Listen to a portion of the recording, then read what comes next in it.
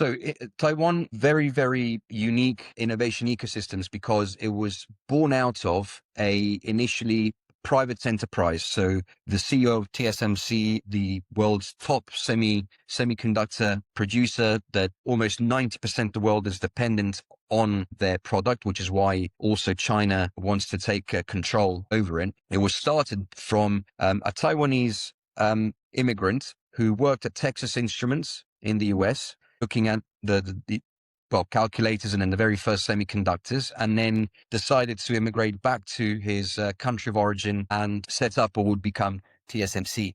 Now, initially, that was a private enterprise and was purely entrepreneurial spirit that initiated that. From the research, I don't think there was any idea of how critical it would have become. It was innovative because from the perspective of, I would say initially, more of a sustaining innovation, because you had an asset semiconductor, which it was accelerating simply because of the number of people that were starting to then have desktops, etc., in the homes, and then the absolute acceleration of mobile phones, and then the increased digitization only made it more important. So it was kind of like a snowball effect.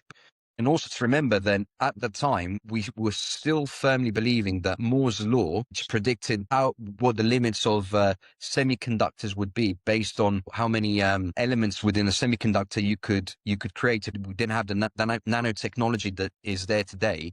You're still operating with that in mind. So you couldn't even think of a Taiwan like it is today back when TSMC was created. But the government, Taiwanese government, quickly was able, talking about political will, and to your point before, was able to capitalize on that, saw it, recognized it, and then put the full force of investment and to then assist TSMC to become the behemoth that it is today. And we've seen the US trying to promote semiconductor construction in the US with Intel not going very well.